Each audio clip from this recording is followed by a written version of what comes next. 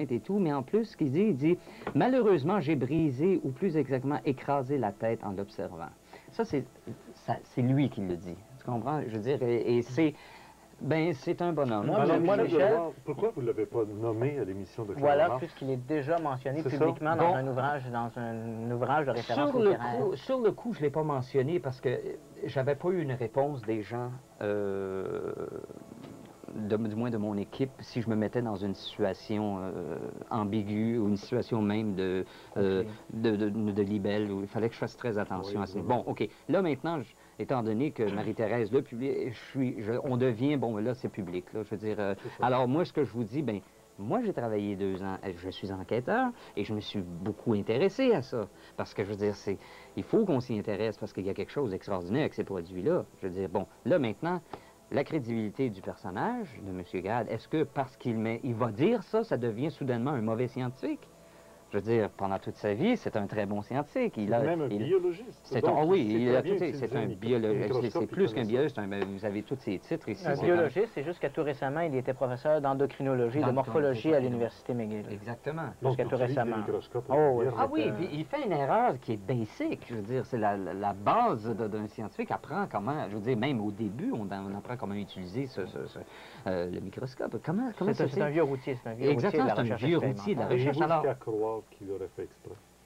Ah, j'ai jamais mentionné qu'il a fait exprès, je le sais pas. Moi, je le sais pas.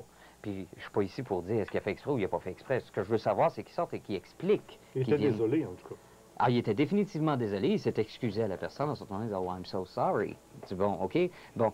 Avez-vous enquêté sur d'autres cas ici au Québec de gens qui avaient des implants que vous auriez pu récupérer ou c'était le premier implant que vous avez récupéré? Je veux dire, peu importe ce qu'on récupère. C'est plutôt exceptionnel. Ça, c'est intéressant parce que peu importe ce qu'on enquête, comme j'ai beaucoup de cas, j'ai vu peut-être 120 quelques personnes qui disent, prétendent avoir été enlevées, et j'en ai fait... Du moins, on a fait à peu près 12 cas à l'université sur desquels je peux travailler, on peut travailler, qui démontrent pas nécessairement des... Vous travaillez en collaboration avec quel... Avec Dr. Jean-Roch Laurence, qui était d'ailleurs à l'émission, qui était assis en face de moi. Oui. Et disons que, implant comme tel, s'il y a quelque chose qui se rapproche du phénomène de l'implantation, bon, celui-ci est un bon cas. Parce que là, bon, ben, on le retrouve dans le cadre d'une université, on le retrouve dans un laboratoire de recherche. Tout est là. On a eu le temps de l'analyser, de savoir de quoi il s'agit. Là, il faut que ça sorte. Là, il faut qu'il commence à parler, puis qu'il commence à dire les choses qu'il a à dire. Et puis, qu'il n'ait pas peur, je veux dire, de toute façon, d'une autre, on va l'écouter. Est-ce que vous, Christian Page, vous avez travaillé ou collaboré à la recherche sur cette histoire de ce cas-là? On va l'appeler Smith, là, puisqu'il donne son nom. Non, ce cas-là, précisément. Bon, en tant qu'ufologue, quelles seraient les questions que vous poseriez à l'enquêteur qui a été en rapport avec la contactée? Disons, on va l'appeler contactée, même si elle a été implantée. Il m'est difficile de me prononcer dans la mesure où l'élément quantifiable, c'est l'implant. Et l'implant, comme Michel l'a mentionné, c'est Bernard Grahn qui en détient toute l'information qui se rapporte à ça. Alors, moi, je regarde ça un petit peu de l'extérieur. Disons, je connais un peu la mécanique qui a conduit à la découverte de l'implant. Je connais les gens impliqués dans ce dossier-là. Ah ouais? Que peut-on en dire? Connaissez-vous la contactée? Oui, je connais la contactée. Mais en somme toute, l'implant ne vient que correspondre ou ne vient qu'appuyer une affirmation qu'elle a depuis un certain temps, celui de prétendre avoir été enlevé par des extraterrestres. Donc, il a le discours de la dame en question qui dit « j'ai été enlevé par des extraterrestres ». Est-ce qu'elle prétendait aussi avoir des communications, entendre des voix, parler Oh, elle présente tout le profil propre des enlevés, c'est-à-dire le phénomène répétitif. Alors, contrairement, bon, encore une fois, je tiens à le préciser, les gens qui écoutent l'émission de Richard Glenn depuis de longues années savent très bien que je suis toujours très tempéré lorsqu'il est question des extraterrestres. C'est amusant parce qu'il y a des gens, après l'émission de Claire Lamarche, qui m'ont envoyé des lettres d'insultes me disant, dans la première émission, tu croyais aux extraterrestres, dans la deuxième, tu n'y croyais plus.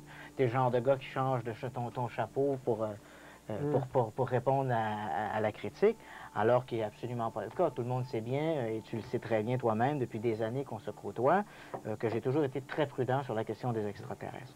Dans ce cas-là, précisément, évidemment, je ne me prononcerai pas sur la réalité ou non de l'enlèvement de la dame, Mais si Bernard Grade, dont je connais la qualité de scientifique, si Bernard Grade venait publiquement se prononcer sur la réalité déjà de se prononcer publiquement? Non, jamais. Moi, personnellement, je ne lui ai jamais demandé de se prononcer publiquement là-dessus. Vous l'aviez invité à un congrès, la journée des parasciences, et il ne s'est pas présenté. C'est ça. D'ailleurs, moi, personnellement, j'attendais qu'il soit là. Sous prétexte de problèmes de santé. Mais là... Oui, on rentre dans quelque chose... On ne fera pas le procès. Non, on ne fera pas le procès, quelles que soient les raisons. Mais si on parle de ça, disons que moi, précisément, je veux dire, je serais le premier à accepter la version de Grade, puisqu'il a été le type qui a enquêté là-dessus. Mais déjà que sa version semble officielle, comme quoi il reconnaît que l'événement s'est vraiment produit. Il ne l'a pas dit qu'à elle, je veux dire qu'à moi, il l'a dit aussi à Marie-Thérèse, et les deux, nos deux témoignages, du moins de ce qu'on a eu avec Bernard, coïncide, je veux dire, ça se rend compte. Je veux dire, il a dit exactement la même chose qu'elle a pu rapporter. Alors, à partir de ce moment-là, si moi je suis allé trop loin puis pas assez, c'est lui qui est allé trop loin puis pas assez loin. Il faut qu'il vienne là, il faut qu'il sorte. Oui. C'est important. Et on va le faire sortir. Ça, c'est impératif parce que ça s'est fait, comme je t'ai dit, ça s'est pas fait sa rue La Gauchetière. Non, ça s'est fait dans le cadre, dans un environnement universitaire avec tous les moyens, OK, mis à la portée d'un scientifique pour pouvoir observer. C'est ça. Il est intéressant ici de souligner que pourquoi cet implant-là serait fort intéressant dans le dossier, c'est que moi-même, j'ai en ma possession une dizaine d'implants qui auraient été prélevés sur des prétendus enlevés. Et ces implants-là se sont toujours révélés être des objets tout à fait conventionnels.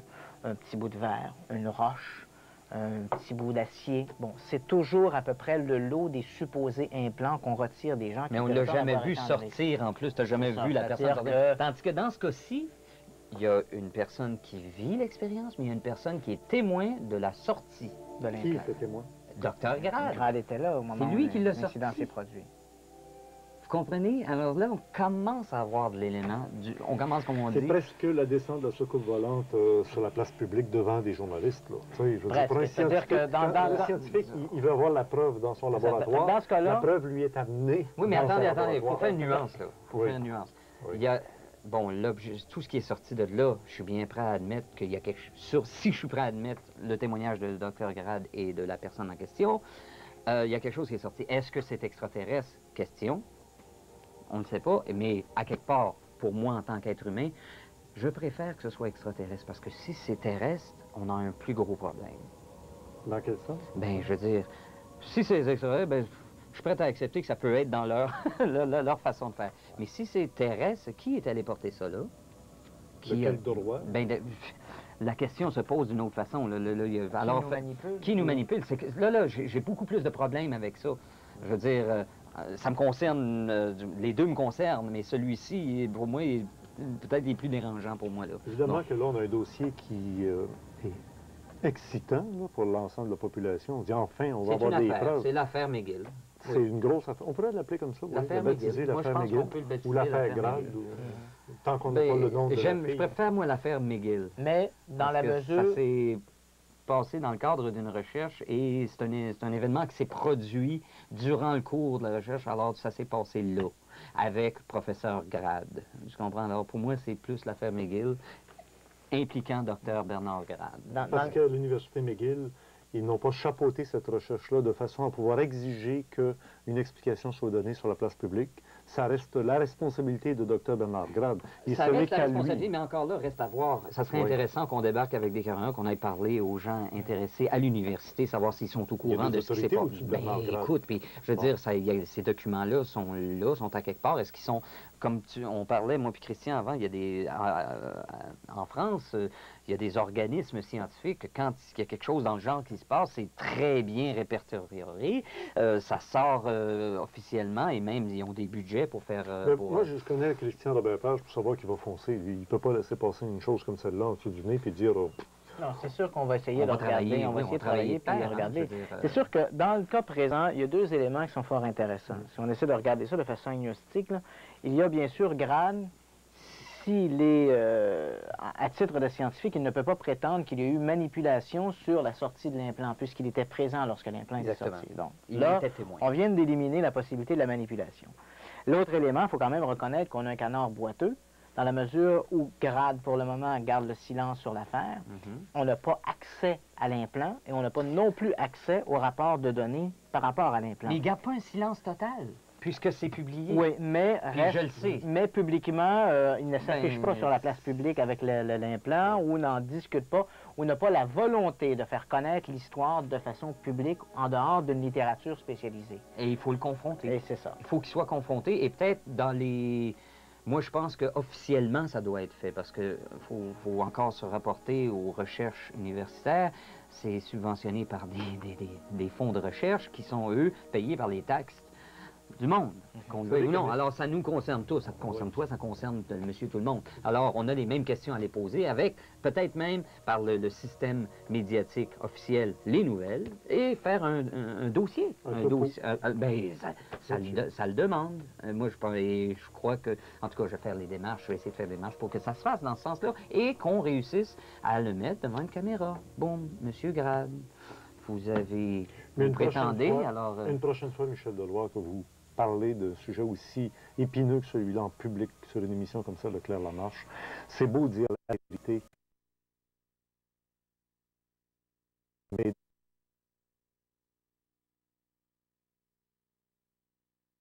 moi, ça fait des années que je travaille là-dedans, je suis dans le cadre. Oui, il aurait fallu dire son nom. Non, mais même à l'époque, comme je te dis, je pouvais pas le dire. Il y avait inconnu. Mais c'est pas grave, j'ai jeté quelque chose, ça a fait quelque chose. OK? Et là, maintenant, on va clarifier, puis ça va aller beaucoup plus loin. Mais il y a une chose qui est sûre, c'est qu'on ne pourra jamais dire que Michel Deloire ne dit pas les vraies affaires. Vous comprenez? Et au prix que j'ai payé, parce que je paye le prix à quelque part. Bon, OK, il est arrivé quelque chose, bon, mais... On ne pourra jamais dire... Vous avez été discrédité. Vous êtes vous-même Non, je ne me suis pas fait discréditer, parce que c'est pas moi qui dis j'ai vu un implant. Non, j'ai cité une situation. Vous n'aviez pas le livre en main. Si vous aviez eu le livre en main, là, vous saviez tout. En fait, mais il y a une chose. Moi, mais tu as une minute dans une émission comme ça. Ce que j'ai fait, j'ai créé la bombe. OK? En fait, j'ai amorcé la bombe. Ouais, c'est ça. OK, bon. Mais dans une émission... Et ça a donné quelque chose... Mais ça a eu l'impression d'un pétard mouillé quand même. Oui, c'est ça. Mais il n'était pas mouillé. La preuve, c'est que vous avez fait le sondage des impressions des gens sur l'émission. Et qu'est-ce qui est resté? C'est ça. C'est que ça, il y a quelque chose qui a été marqué. Il y a des points qui ont été marqués là. Et à partir de ce moment-là, moi, je n'ai pas le droit de dire des demi-vérités. Parce que si jamais j'aurais dit une demi-vérité et que finalement le tout sort et on aurait dit « Mais M. Deloire ne nous a pas donné toute l'information au départ », alors on peut me mettre dans la catégorie des gens qui disent « Ben oui, il en dit, mais il dit... » Non, j'ai dit tout ce qu'il y avait à dire. Oh, je paye le prix. Pour le moment. J'assume. Je paye le prix. Mais c'est pas grave. À quelque part, c'est pas moi, là. C'est pas moi qui ai sorti l'implant. Moi, ce que je fais, par contre, c'est que je veux faire en sorte que quelqu'un qui fait partie de ce qu'on reconnaît, nous, la science, sorte. Et qui vienne... rendre des comptes. Qui rende des comptes. C'est ça. Il est payé pour ça. Écoutez, on va passer à un autre dossier parce que sur la fin de l'émission, on va se conserver des minutes à réfléchir, à avoir des réflexions sur des humains qui reçoivent des messages, ils ont des implants. Qu'est-ce que c'est qui se passe? Vous disiez tantôt, heureusement, que ce serait peut-être des extraterrestres. Il faudrait que ce soit des humains ou des sociétés occultes. Mais non, c'est la question. Et moi, je prends ma position. C'est juste ma position à moi. Alors, dans l'émission de Claire Lamarche, puisque c'est l'argument de notre rencontre aujourd'hui, ce qui a été soulevé à cette dernière émission de Claire Lamarche, où on voyait là, les deux frères de l'horreur qui ont montré leur créature mannequin à l'image du fameux cadavre de l'extraterrestre à Roswell. Vous vous souvenez de ce personnage? Bon, ben, alors, vous l'avez sans doute vu sur l'émission de Claire Lamarche. C'était quand même très bien fait, hein, on l'avoue. Oui, la reconstitution était assez pertinente, c'est ça. Mais vous aviez une formule que je trouve formidable, c'est de dire que si ça fait partie de l'ufologie, ça n'est pas l'ufologie. C'est ça, en fait. Et puis là, durant l'émission, on a eu droit à un ramassis d'énormités incroyables. Et puis, ce qui est déplorable lorsqu'on regarde avec un détachement cette émission-là, c'est difficile de le faire au moment où l'émission se produit, parce qu'il y a toujours l'élément très émotif. Pourquoi le phénomène OVNI est si émotif lorsqu'il y a des débats? Parce qu'il va nous chercher à l'intérieur. Hein? Il nous interroge sur des croyances, souvent au-delà de la connaissance. Et puis, je trouve qu'il est toujours très déplorable, quand on regarde une émission comme ça avec le détachement, de constater qu'il n'y a pas de réelle volonté pédagogique d'informer les gens sur la question des ovnis. Ce que l'on cherche volontairement, c'est à faire un débat. On invite des gens qui représentent un certain establishment, mais qui visiblement ne connaissent pas du tout le dossier, disent n'importe quelle énormité en s'assoyant sur... Donnez des exemples. Ben, par exemple, on a vu, par exemple, M. Lamontagne se lever à un moment donné dans la salle, et c'est probablement ce qui me fait sortir de mes gonds, lorsqu'il a prétendu que les astronomes ne voyaient pas d'ovnis. Bon, remettons les choses dans le contexte. N'importe quel scientifique, ne serait-ce qu'il serait sceptique, mais qui connaîtrait le dossier, n'aurait pas dit une énormité semblable. D'abord, dans un premier temps, plusieurs représentants de la communauté ufologique, donc des gens qui s'intéressent à la question des ovnis, sont eux-mêmes des astrophysiciens ou des astronomes reconnus par leur pairs. On connaît par exemple Jacques Vallée, qui est le numéro 1 de l'ufologie mondiale. En 1961, Jacques Vallée était allé à l'Observatoire de Paris. Il avait été chargé par son directeur de recherche de suivre la trajectoire de satellites dans l'espace à partir de lunettes astronomiques. Et puis Vallée a vu et filmé des ovnis à partir de l'Observatoire de Paris. Le lendemain, lorsqu'il a présenté l'affaire à son directeur technique, celui-ci a fait disparaître la bande, a fait effacer carrément la bande.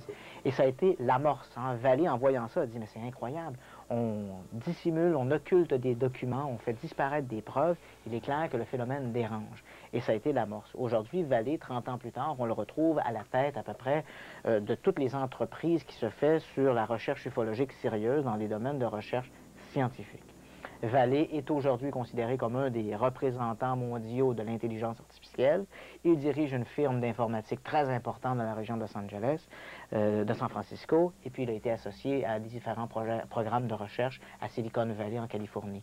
Jacques Vallée, c'est donné dans une rencontre du troisième cycle en introduisant le rôle du professeur Lacombe qui était joué par François Truffaut. C'était le clin d'œil de Steven Spielberg à Jacques Vallée. Donc déjà là, on voit qu'il y a une énormité. Ensuite de ça, il y a quelques années, l'Université Stanford aux États-Unis a fait un sondage. Et là, on parle de documents scientifiques ou connus, publics, qui sont accessibles à n'importe qui. Et accessibles à M. Lamontagne, par exemple. Donc, l'Université Stanford a réalisé il y a quelques années un sondage auprès des astronomes pour déterminer si certains d'entre eux avaient observé des ovnis. Et le sondage a démontré que de 5 à 10 des astronomes avaient observé durant leur travail des phénomènes aériens inconnus. Alors, c'est une énormité que d'entendre un truc semblable. Et en plus, il a dit... Ah, excuse-moi. Et même si ça serait vrai, ce n'est pas le cas, mais même si ça serait vrai, considérons ceci. Combien d'astronomes ont vu dans leur télescope, et il y a sûrement des astronomes amateurs qui nous regardent, combien d'entre eux ont vu un avion passer dans leur télescope? Ça n'arrive jamais. Combien d'entre nous avons-nous vu un avion passer sur le disque lunaire au moment où nous observions la Lune? Ça n'arrive pas. Pourquoi? Parce que c'est infinitésimal la possibilité que tel phénomène se produise. Pourquoi? Parce que le champ visuel, le champ aérien qui est couvert, est tellement mince et tellement faible que la possibilité qu'un phénomène aérien se passe exactement à cet endroit-là est infinitésimale, comme je disais. Donc, c'est une énormité que d'entendre une chose semblable. Et quand il a aussi déclaré que la science était assise sur des bases bien établies et que c'est faux. La science change tous les jours. D'ailleurs, on a l'exemple dans Science et Vie au mois de mars. Et vous vous souvenez de Jean-Pierre Petit qui parlait du monde jumeau il y a une couple d'années. Mais je voudrais en revenir, je voudrais que tu gardes ça, Michel. On va en revenir avec Jean-Pierre Petit. Oui, ça, parce que dans l'élaboration, on va y arriver à ça. Donc, on élimine là, notre cas de M. Lamontagne. C'était bien, hein, en tant que scientifique, bien assis comme ça, de présenter le sujet et de bien préciser que lui ne croyait pas à la question des ovnis. Et il avait des très bonnes raisons, disait-il, pour ça. Ben là, voici sa raison. Les astronomes ne voient pas d'ovnis. Je soulève encore une interrogation, comme pour l'autre scientifique. Est-ce que ce scientifique-là était mal informé ou avait une démarche malhonnête? Mal informé. Pas dire la chose qu'il devrait savoir. Non, je pense que c'est mal informé. Il y a d'une part... La malhonnêteté, c'est de venir dire n'importe quoi. C'est ça, voilà. Ça, c'est la malhonnêteté. Voilà. Ça, la raison ne vient pas du scientifique, elle vient des recherchistes de l'émission Claire Lamarche. Non, c'est accepté. Supposons, par exemple, Richard, que quelqu'un t'appelle demain matin, une émission de télévision t'appelle et te demande de venir commenter un match de soccer. Est-ce que tu y irais? Je connais ça. Ben, il y a un problème, c'est que j'ai été professeur d'éducation physique et j'ai suivi des cours. Un exemple. Parler des recettes avec de moutarde, ben, voilà, voilà. Excuse-moi, je ne connais pas ça. Voilà. On se trompe de département. Alors, demander à quelqu'un de venir se prononcer sur la question des ovnis, c'est un libre arbitre. Quelle science Autant M. Chastenay. Oh, absolument. On va revenir à M. Chastenay. Pourquoi les recherchistes vont chercher des astronomes, des astrophysiciens, parce qu'ils se disent, ce qu'on voit là, ça vient d'en haut. Mais parce que ces gens-là aussi... Mais qui sont les scientifiques habilités, d'après vous, dans leur travail, à être interpellés par le phénomène? Ceux qui descendent sur le terrain. Voilà. Ça n'a pas la discipline. Y en a-t-il? Oui, la discipline n'a pas d'importance. Au Québec, y en a-t-il? Oh, il y en a au Québec aussi. Comme? Bien, je dirais que nous, ce que je vois à l'université, je vois que les chercheurs qui travaillent avec moi descendent sur le terrain. Quels sont-ils? Bon, il y a Jean-Roch Laurence, Duncan Day. Attendez, Jean-Roch Laurence, qu'est-ce qu'il fait dans la vie? Il est quoi, lui? Ah, lui, il est chef de recherche à l'Université Concordia en hypnothérapie et en psychologie. Et en psychologie? Oui. Okay. Et Duncan Day? Duncan Day fait en ce moment un doctorat sur les fausses mémoires. Est en train de faire et son sujet, c'est les alien abductions. David Gottlieb, qui n'est pas tellement loin. David Gottlieb, mais oui, là, il est déménagé, mais il était à Toronto, lui aussi, il faisait l'exercice. Je veux dire, bon, c'est sûr qu'il y a du monde qui font... Et ceux qui descendent sur le terrain, soudainement... Il y avait l'équipe de Spanos aussi qui... Oui, Spanos, bon, soudainement, je ne dis pas nécessairement qu'ils affirment, mais... du moins soulève la question. Ils ont au moins une connaissance du dossier. Une connaissance du dossier, sur la base de parler de quelque chose qu'ils connaissent. Ce qui est terrible dans ce cas-là, moi, personnellement, je n'ai aucune difficulté à débattre avec des gens, par exemple, qui sont très croyants aux extraterrestres ou très sceptiques dans leur approche. Je n'ai pas de difficulté à discuter avec eux dans la mesure où ils ont une connaissance du dossier, qu'ils appuient leurs affirmations. Mais entendre des énormités comme celle-là, c'est étonnant. Si M. Lamontagne se serait donné la peine, avant de faire une affirmation comme celle-là, de vérifier les données, il aurait vite découvert qu'un sondage, justement, avait été fait dans la communauté astronomique, auprès des astronomes, et qui démontrait la nullité de son affirmation. Alors, comment peut-on rester passif devant une telle affirmation? Il faut comprendre, il y a des gens qui vont dire, oui, les ufologues, dans des débats semblables, semblent toujours plus émotifs que les scientifiques. C'est souvent ce qui en ressemble. Il faut comprendre que les scientifiques ont le beau jeu. Ils s'assoient confortablement sur la science, ils nous disent à peu près n'importe quoi, se protègent derrière des positions bien établies. Et ces gens-là sont d'une certaine façon aussi rémunérés pour leur travail qu'ils font, pour le travail de recherche. Connaissez-vous beaucoup d'astronomes qui sont rémunérés au prix de leurs efforts, de leur travail, de la sueur, des rencontres qu'ils font avec les témoins? Ils ne sont pas nombreux. Les astronomes. Je veux dire les ufologues, pardonnez-moi. Oui. On comprend ces gens-là, à un moment donné, lorsque ça fait comme, par exemple, moi ou Michel, des années on s'est impliqué dans le milieu, on a hypothéqué toutes sortes d'activités pour s'intéresser à ces phénomènes-là. On a rencontré des gens. Alors, on comprend qu'à un moment donné, l'émotivité remonte à la surface lorsqu'on voit un Pierre Chastenay bien assis qui nous dit, vous savez, la science, les ovnis, c'est toujours des témoignages. Et puisqu'on parle de ces fameux... Et c'est toujours explicable. Peut-être que ces petits ufologues ne sont pas biologistes, ne sont pas des professeurs d'université, donc ils n'ont pas toutes les compétences pour comprendre que c'est peut-être des champignons qui ont fait le cercle... Faisons ce travail-là, justement. L'exercice. L'exercice, voilà. Bon, on nous parle... Monsieur... Ici, heureusement, on aura un peu plus de temps que Claire Lamarche. Monsieur Chastenay, par exemple, nous dit, semble nous dire, bon, les ovnis, vous savez, c'est toujours des témoignages.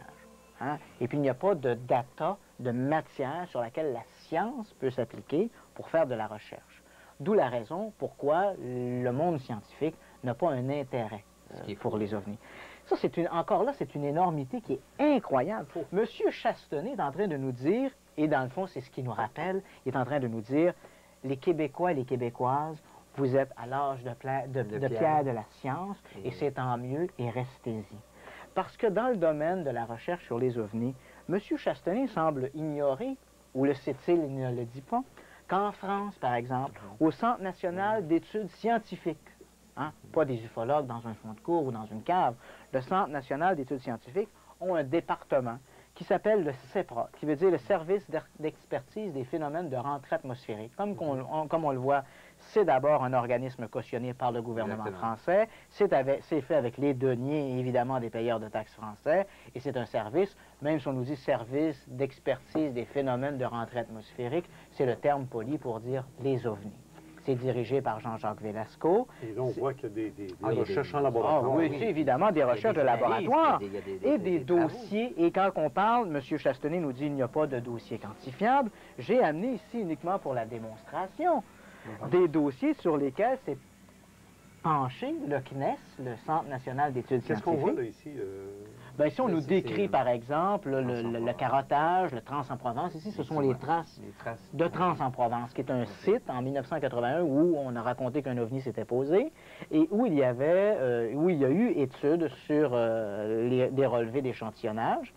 Et ces dossiers-là, ces documents-là, ont donné naissance à un rapport, probablement aux grandes dames de M. Chastenay, hein, qui a fourni tout un ensemble de détails et d'expertises scientifiques sur lesquelles on peut se pencher. Et les conclusions sont intéressantes. Et ce n'est pas que du témoignage.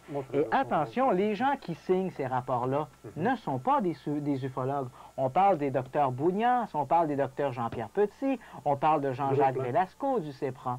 Et ce n'est pas que le seul dossier. M. Chastenay pourrait dire, oui, mais ils nous sortent un dossier parmi 100 000. Non, non, non. On n'en prend rien qu'un, de toute façon. De toute façon. Mais de toute façon, des dossiers comme celui de Trans en Provence, le CNES, qui, je tiens à le rappeler, le CNES, qui est le service, le Centre national d'études scientifiques français, donc des scientifiques, l'establishment, l'orthodoxie, ont également d'autres dossiers tout aussi étoffés que Trans en Provence. Passons à l'Amarante, l'analyse d'études photographiques, des enquêtes, des mini-enquêtes 81-82 qui ont fait l'objet de rapports très étoffés, appuyés sur... Et le traitement, regardez comment c'est fait. C'est pas fait comme dans le coin d'un bureau et tout. C'est quand même imprimé, c'est quand même... Il y a vraiment...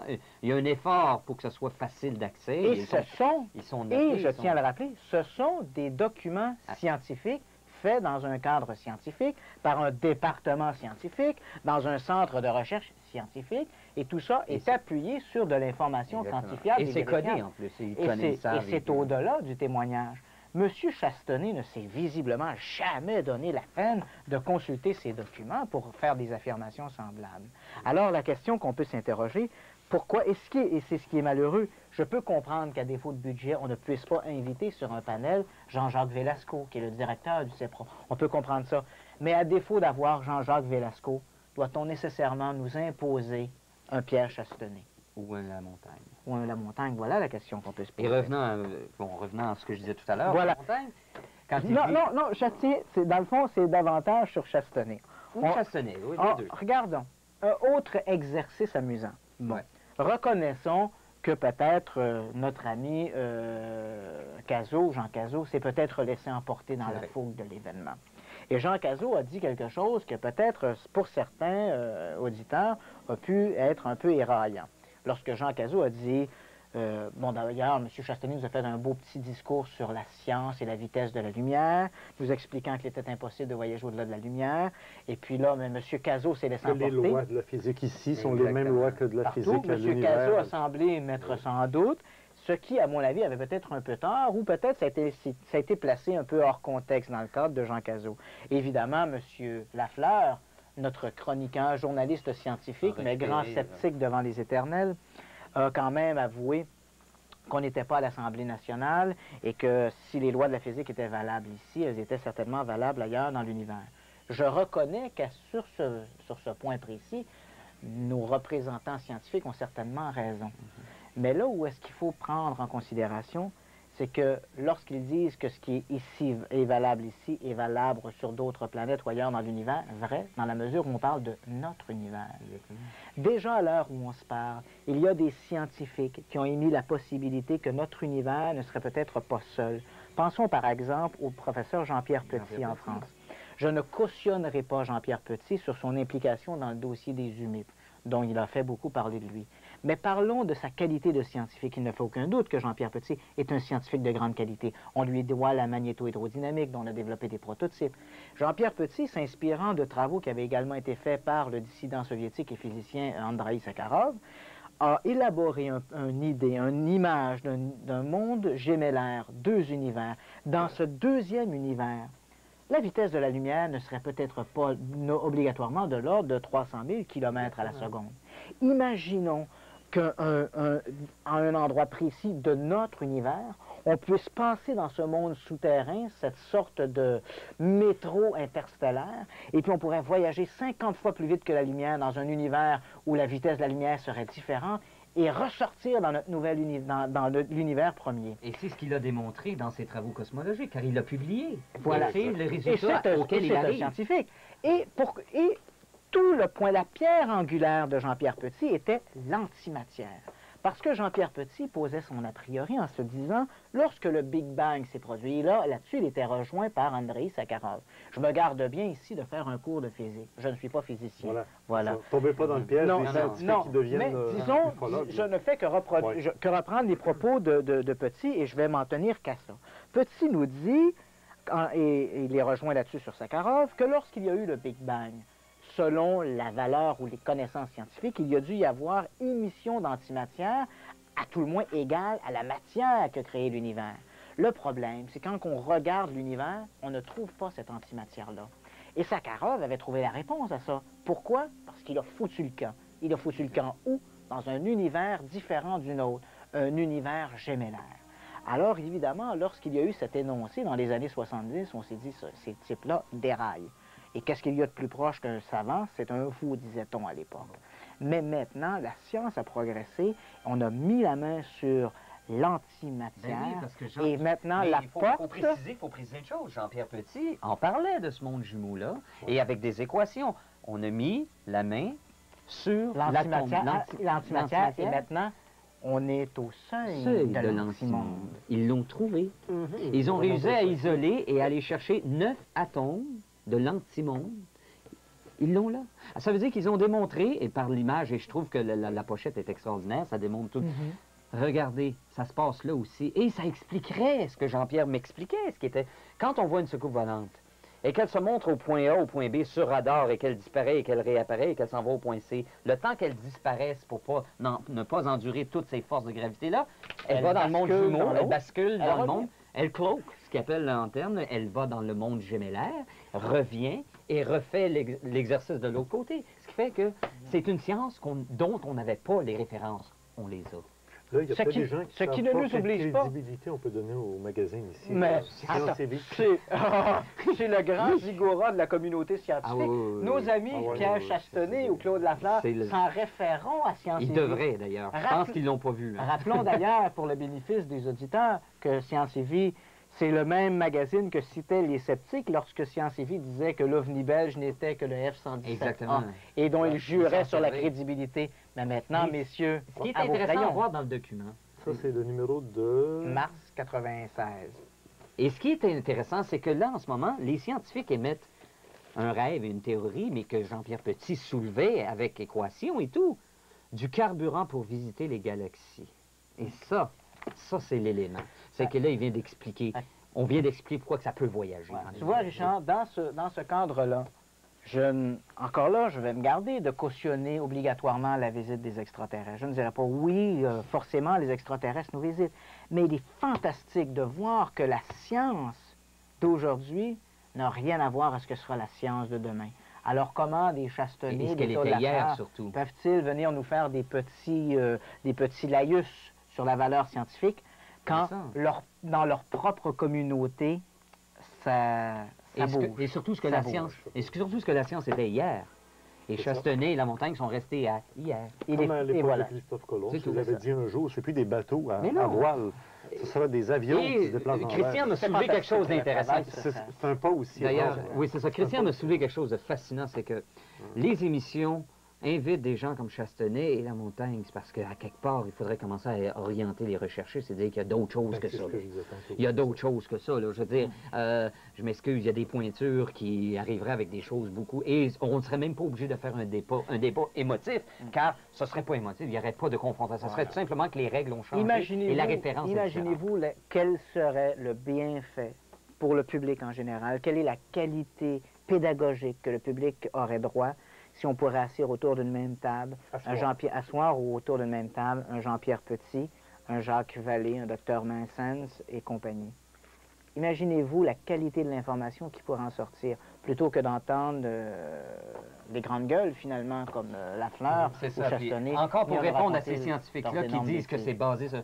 Ils viennent de découvrir une autre chose que je trouve extraordinaire, c'est qu'on a toujours dit que les quarks, c'était la chose la plus petite observable. Ils viennent de découvrir des sous-quarks. Alors là, ça change encore, ça te fait trembler, comme ils disent. Ils disent, hein, le modèle standard de la physique, fondamentalement, tremble sur ses bases. Ils ont raison de trembler. Hein, parce que plus on a des bébelles pour aller voir plus petit, plus on trouve plus petit. Mais il faut toujours rappeler que ce n'est pas un magazine à caractère ufologique qui nous raconte ça. C'est un magazine scientifique, qui est accepté par la communauté scientifique. Alors, voyons, messieurs. Écoutez, téléséjour, c'est pour les gens qui regardent la télévision. Et c'est bon, ça, c'est le téléséjour de... Voyons, messieurs, là. Hein? La plaisanterie a assez duré. C'est quand même ça qu'il faut se dire. La plaisanterie. M. Chastenay aussi met en boîte, là, malheureusement, parce qu'ils arrivent, on dirait, avec des réponses à tout. Le cercle à Sainte-Marie-de-Mont-Noir, c'était des champignons. Probablement, ça se pouvait. Il dit, il faudrait qu'il y ait un mycologue qui soit invité sur l'émission pour peut-être dire que des champignons dégagent par les spores, plus de chlorophylle que... Mais tu sais, Richard, quand on ne s'est pas donné la peine... J'aimerais ça qu'on voit la photo. Quand on ne s'est pas donné la peine de descendre sur le terrain... Ce que je veux montrer ici, c'est pour répondre à un argument qui a été proposé par M. Lafleur. M. Lafleur nous dit, Christian Page dit des demi-vérités. Parce qu'il ne peut pas prouver que la trace n'était pas là une semaine plus tôt.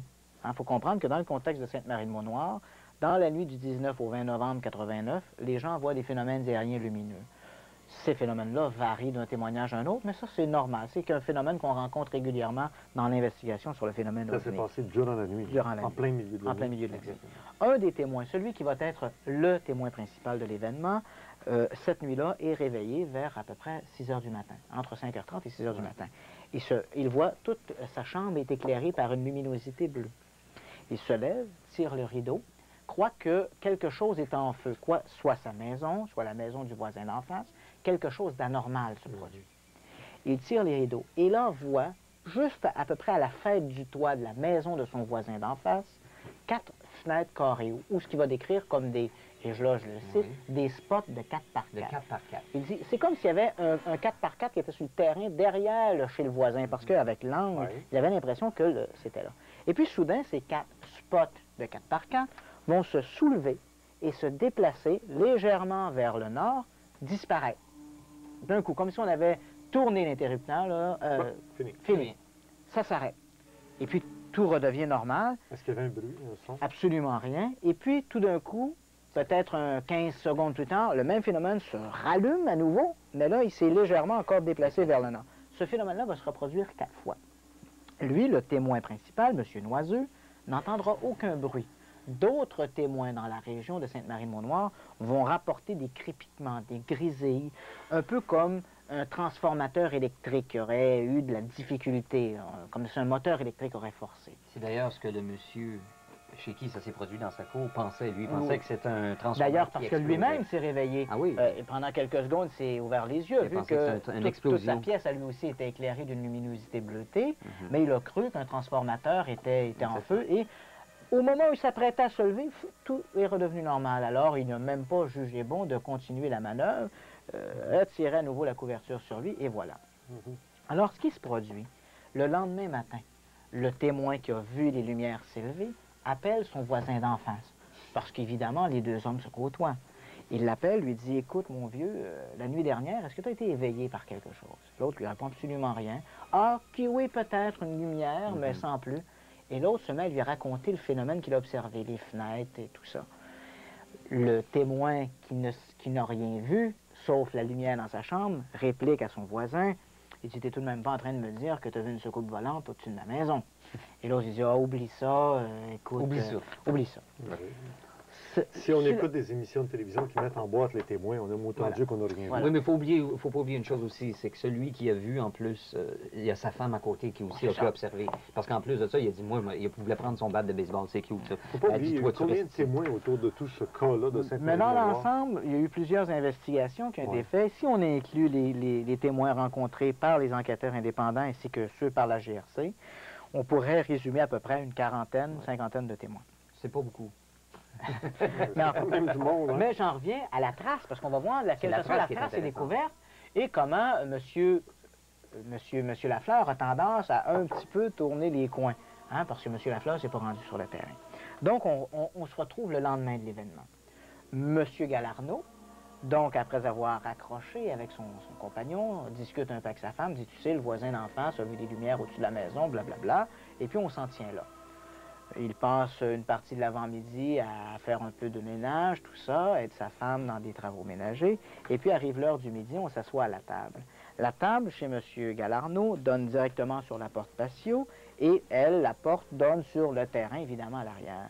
En s'assoyant à la table, la première chose qui frappe M. Galarno, c'est ce cercle verdâtre, en plein milieu du terrain, tout à fait jauni, et là où il y a un peu de neige un peu partout. La neige a fondu, on ne voit que le cercle. Il est étonné.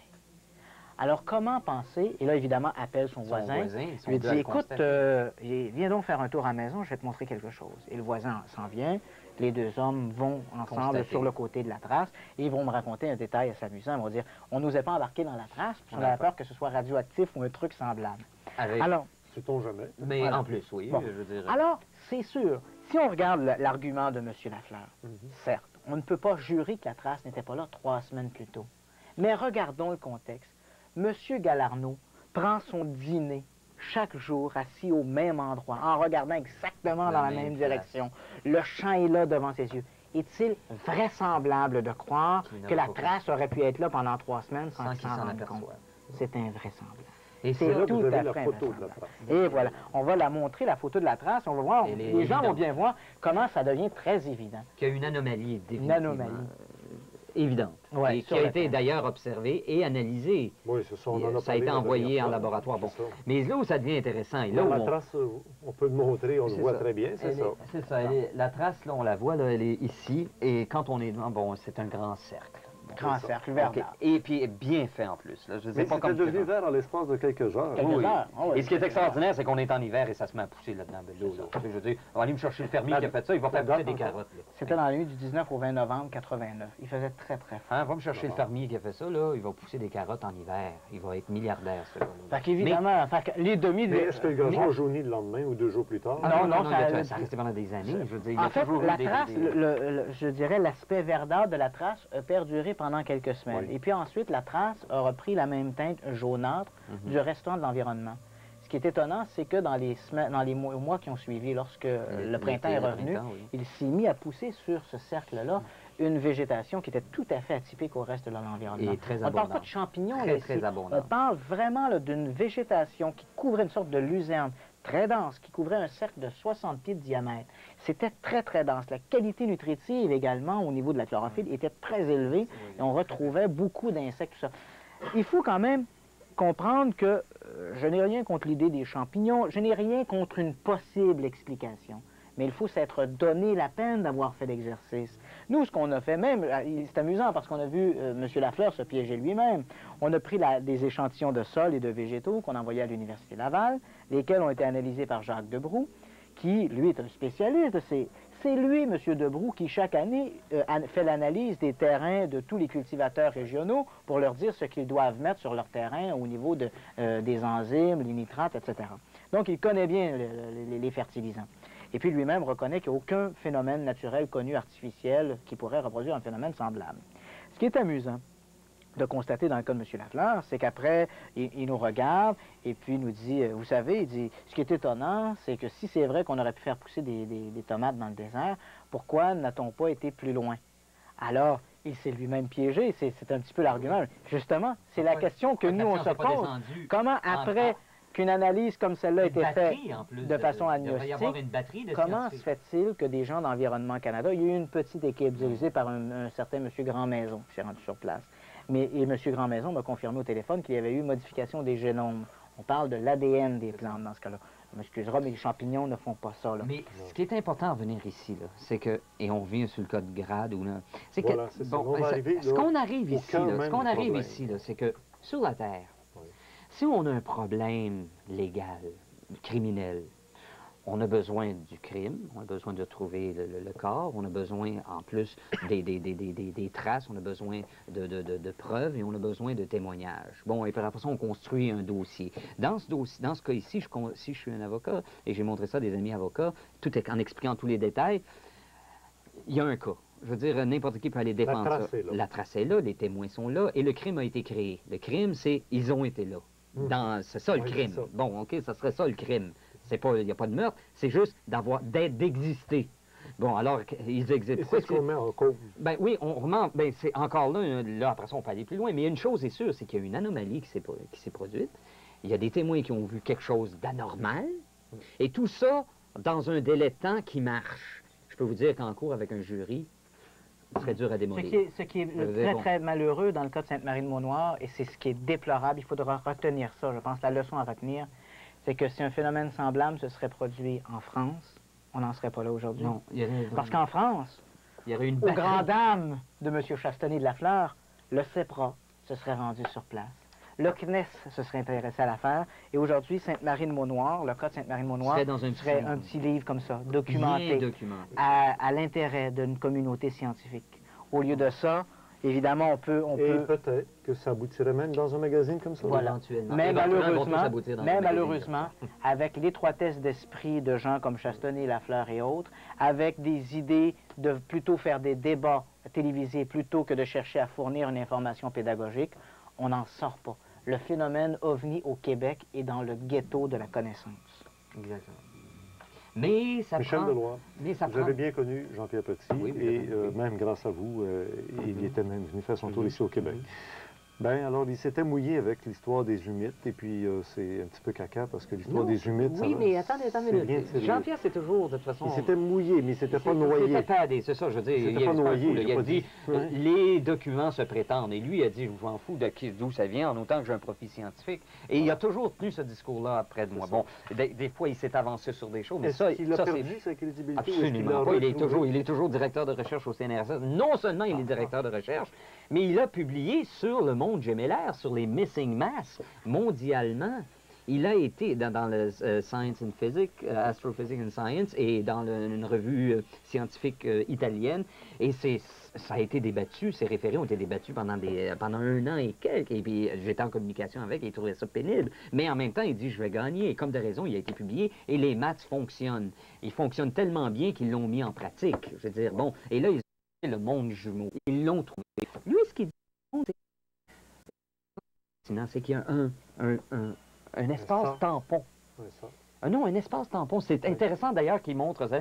C'est qu'il y a comme ici, l'épaisseur, et l'espace tampon, c'est ça, le missing mass. C'est qu'il y aurait un espace complètement vide. L'épaisseur du plancher. Oui, il y aurait dans le... Vide. Imaginez-vous le vide, là, ça existe. Et ça ferait des ceintures qui feraient que les galaxies ne se foutent pas d'un bord puis de l'autre. C'est ce qui ceinturerait toutes nos galaxies. C'est intéressant. De toute façon, moi, je vous le dis très rapidement. Lui, il pourrait le vulgariser d'une façon beaucoup plus en détail. Mais ce qui est fascinant, c'est que lui, il s'en va de l'autre côté et il donne les maths. Comme quoi que ça explique que ça va 50 fois plus vite. Deux questions en terminant. Croyez-vous que des scientifiques sont totalement informés sur tous ces cas? Ils ont l'explication de tout ça depuis belle lurette et ils gardent toute l'information cachée. Non, ça je peux pas, non. Bon. Mais une chose, ils s'en vont dans la direction là. Ça c'est sûr. Ils s'en vont dans la direction de la connaissance. De la connaissance, de l'information. Moi je pense qu'il existe une élite scientifique. Il existe une élite scientifique. Manson, qu'on pense à Manson, qu'on pense à Jean-Jacques Velasco, qu'on pense par exemple à Jean-Pierre Petit. Il y a une élite scientifique qui savent très bien comment ces phénomènes. Un jour, il faudra les inviter ici au Québec, ces gens-là. Il faudra puis pas à Richard Glenn, il faudra les inviter à Claire Lamarche. Pourquoi pas? Et ils n'auront pas le temps de tout dire, ils reviendront sur Richard Glenn pour continuer à en parler. Tant mieux. Merci beaucoup, messieurs. Et c'est un débat qui est encore tout à fait ouvert, mais j'aimerais mieux pas parler d'un débat, mais parler d'une démarche. Merci. Merci. La semaine prochaine, nous retrouverons nos deux compères pour parler encore du phénomène OVNI. Et dans 2 semaines, ce sera nul autre que M. Jean-Pierre Petit lui-même, pendant 1 heure, pour nous parler justement de l'antimonde. Les téléspectateurs qui voudront essayer de refaire ça chez eux, mais il faudra qu'ils s'entraînent un petit peu et qu'ils fassent des essais. Regardez ce qui s'est passé. Hop, en faisant ça, eh bien, d'abord, on constate une chose sur cette chose, c'est que la flèche bleue a disparu. Hein, c'est assez étonnant. La flèche bleue a disparu et on obtient quelque chose qu'on appelle un ruban de Mébius. Donc, autrement dit, mon espace-temps, que j'avais représenté tout à l'heure sous forme d'une bande, eh bien, il peut se replier sur lui-même sur un espace-temps en forme de ruban de Mébius. Et quand je prends ce ruban de Mébius,